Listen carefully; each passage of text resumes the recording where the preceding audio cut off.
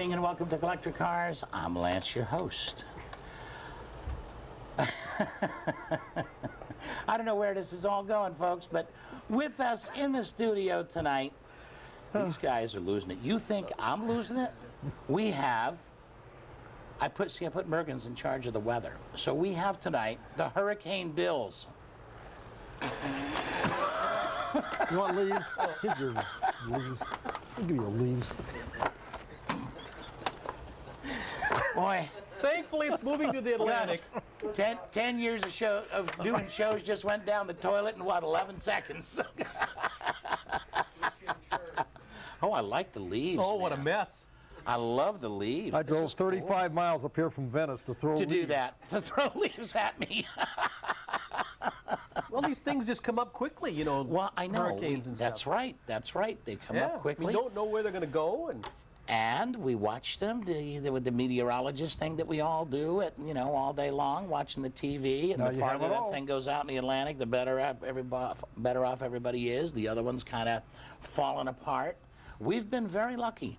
Lance's weather forecast. If anybody knows anything about rain, it's you. Now we've had dark clouds.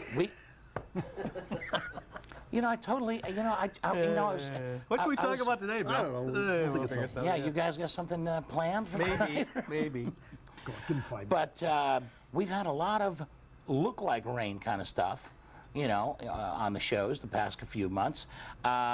This past weekend, we got pretty much not rained out, but fairly real close to being rained out at Wendy's. So, but you take the good with the bad, and for the most part, we've been doing real good with the weather. So, I can't kick. We got rained out once at Mel's, I think a couple times at Carvel. Other than that, we had a big black cloud over us at Joey D's that day. It got dark. People were turning on their headlights. It looked like nighttime. It got so dark up there. Anyway, now that we're done with their part of the introduction, I want you folks to take a good look, and if we can get the camera on Mr. Mergens and Mr. Trier, because you're going to watch them eat crow. So, Mr. Robbins, okay. This is an email I received. Another great show, guys. Just one thing to clear up. Lance was 100% correct. That yellow 1955 Buick in the coverage from the BCA Nationals in Colorado was not a Roadmaster, as Mr. Mergens and Mr. Trier said. It was, in fact, as you said, a Century. Beginning in 1955, Buick did not reserve the 4 venti ports, and they called them venti ports, for just the Roadmaster. Buick also put 4 on each fender of the Century and Supermodels. The Special retained only 3 venti ports. So, I'm ready for it. Let's go home. And come on. all right. Actually, I'm not sure that's even correct. I think the car actually was a Super. Not Terry, now they're going after you, buddy. No. You didn't get that from Terry. What? You didn't get that from Terry. Yes, that was Terry's response on yourhotrod.com. No, that was someone else that responded to that. Well, it said hatchback Chevelle. I don't think so. Oh, I think so. So anyhow, it was not bottom a line, Roadmaster. I still ain't getting my apology. All you viewers, we'll be back with you in a few minutes. Take that's out black. Well, these people are waiting for something. Oh, let's get a show on. Yeah. Hey. Do we have a clip today? Hey, I got one good moment. I got to savor it. We'll take care of that. Okay. We'll take care of that. All right.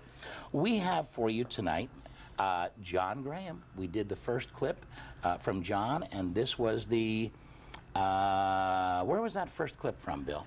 Do you remember? Someplace up in the Northeast, I don't know. Up in the Northeast. The second one we're going to do is in Connecticut, I know. But yeah, the second one is the that's the Terry Lewis one.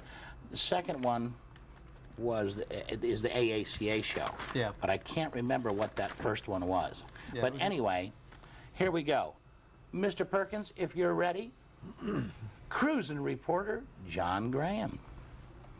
Now, we went up to the Corvair last time, and so we're starting out with the 66 T. Check this out. Earl Skiff, 390, 4-barrel. He's out of New York. Ooh, Gary, Look at that. What year's Gary's? 64. That's sweet. And you don't see a lot of those. You know, that's No. the thing. I mean, it's No, you don't. it's not a body style that you see, and that was a top end car at the time. Yeah. Very cool. Nice interior. There's that swing away column again. Yep. Mm-hmm. A little hard to see the dash in that one, but it is a cool dash. Look at this one, 67 GTO. Now this is 400 cubic inch, 32,000 actual miles. Huh? And again, you know, we're talking that there seems to be, and John didn't really say yes or no to it, but there's something unusual, a bench seat. Yeah, a bench seat in that. It's Michael Albano out of Pittsfield, Massachusetts. Now that's That real is just, I interesting. mean, that is cool. That is- Now, 32,000 original miles, actual miles, Bill, that's going to drive the value of that up. Big yeah, I'm time. going to have to well, ask John about that because on the column, bench seat, GTO, Yeah. I don't know about that. You could get stuff ordered like that. Sometimes I know. people would do that. I've seen quite a few of those strange combinations. It's nice to see you questioning each other instead of me. Well, That's right. 67 Shelby GT 500 428 Police Interceptor, Rich, and I believe it's Mataloni out of Arlington, Vermont. Holy mackerel, they use these for police cars? Well, it's got a Police Interceptor 428. Oh, I see what it is. Okay. Yes. Very nice. Well, Isn't that- that cool? those fastbacks are so nice. They're, and boy, the values of those are going up.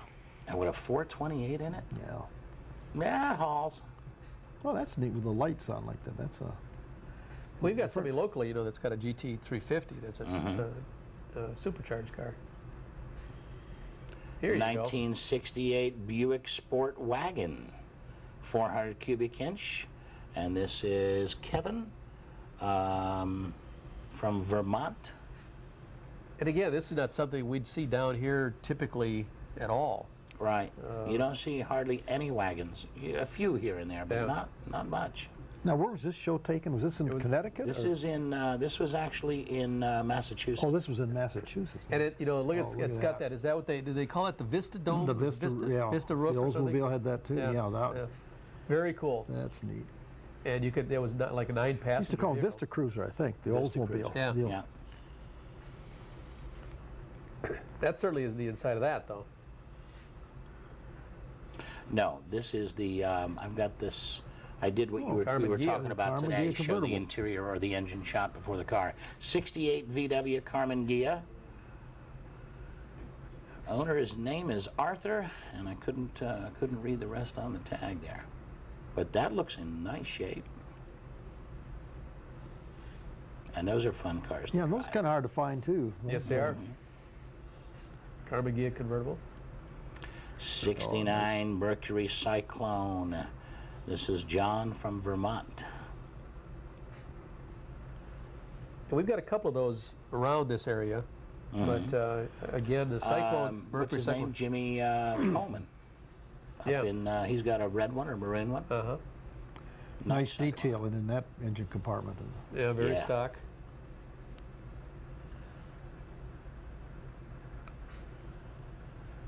Great lines. I like the fastback on that. Looks a lot like a Torino. Yep.